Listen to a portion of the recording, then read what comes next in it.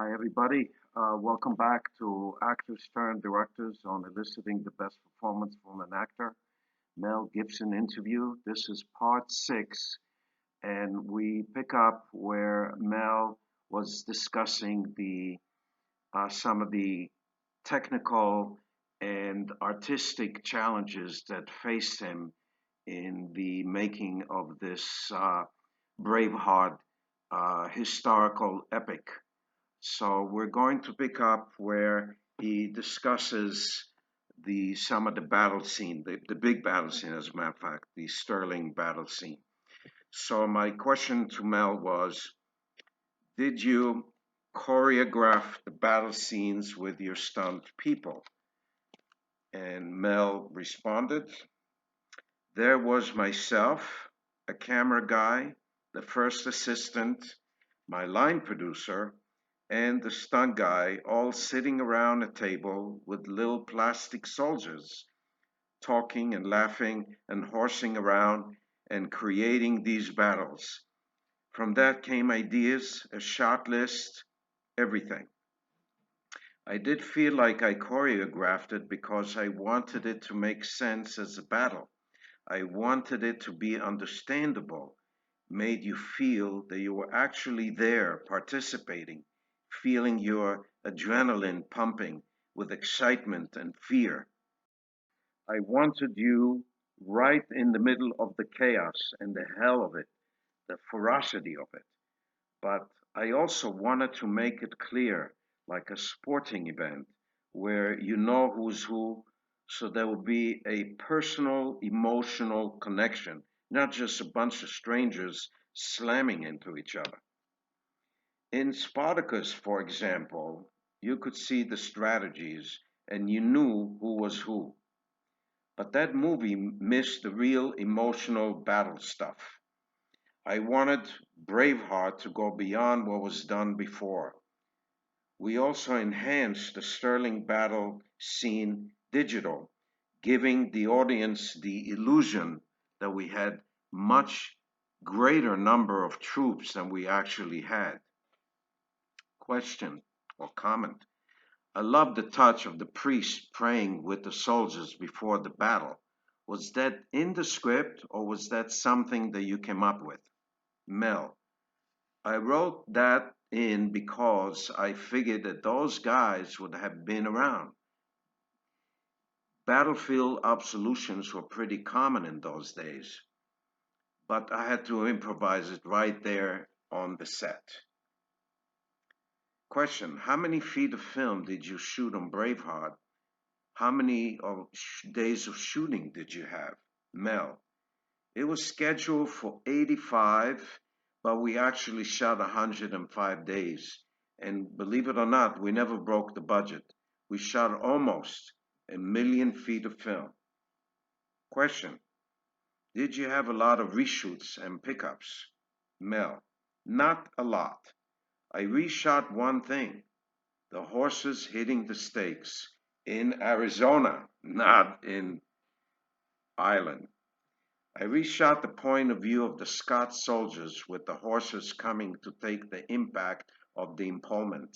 I had to get a wide angle lens at a low angle, line up the 10 horses and the guys in customs, and get the horses to ride up to the camera and rear like they had just been struck by something.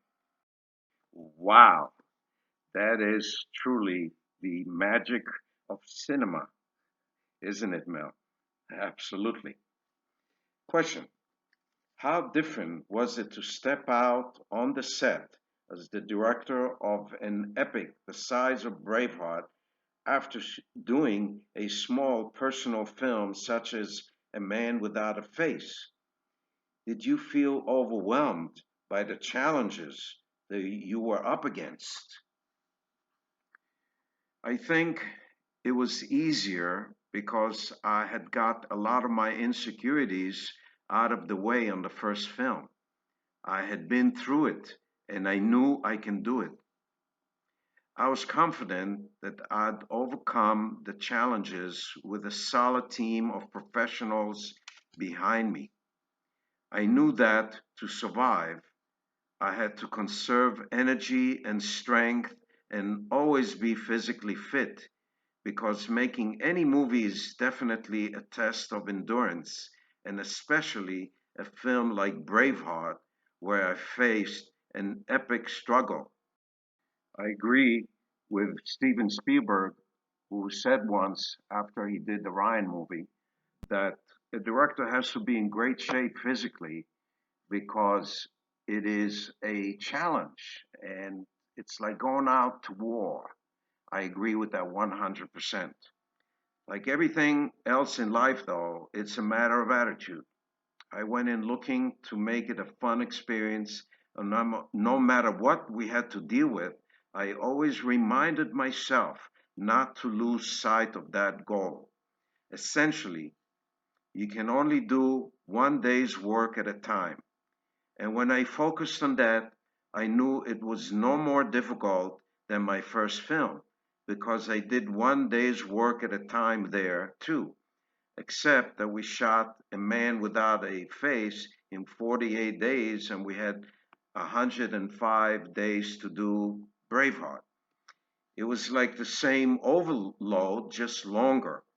Logistically, it was a lot more difficult, obviously, on an epic, historical epic like Braveheart, but then I had a larger crew or larger army to handle it. Question: do you look for an inner world beyond the script as you direct actors? Mel: absolutely. Sometimes, if what is written is too obvious, I will change the lines. The all line is subtext. Maybe you lay something over the top to hide it a little bit. Mel: how did you help the actors create their characters? For example, what kind of direction did you give Patrick playing the evil King Edward the First? Mel: it was interesting. I gave Patrick the script to read, and he came back after he read it and said, "This man is diabolical." So he had that one down himself. He knew what he had to do when he came in, and he did it with a great deal of charm, which I found a little bit frustrating. So I remember sort of venting at one point, saying to him, "Patrick, why don't you say the following? The trouble with Scotland, it is full of Scots." And everyone on the set chuckled. It's sinister and kind of amusing at the same time. It's a scary ethnic cleansing kind of moment, which is what he was doing. 13th century ethnic cleansing. It's always been like that. People have always tried to knock other people off because they are different. Mel: what sort of direction did you give Sophie and Catherine? Answer: we would talk endlessly about the rhythms and the tone of the scenes, what I had expected from them, and whether I thought they should cry. Question: and Robert the Bruce's emotional outbursts with his father, how did you handle those? Mel: that was probably one of the most interesting experiences I've had as a director because it just wasn't happening. He was blocked that day, and we kept doing it and we kept doing it. He was trying to find the right access point for it, and I didn't want to jump in there and do it for him. It was killing me. We had 20 takes just exploring and exploring, and I didn't know how to make it believable. We were both exhausted, but we kept working with it. Suddenly I thought of Arthur Miller's Death of the Salesman, and I said, do you remember the scene in Death of a Salesman where he gives that speech about the pen and what the hell am I running down the stairs for? That's the kind of feeling I need. And something clicked for him. He came into the room and he did it. I was watching the monitor and I started crying. I thought it was beautiful. I said, cut, that's it. We only need one.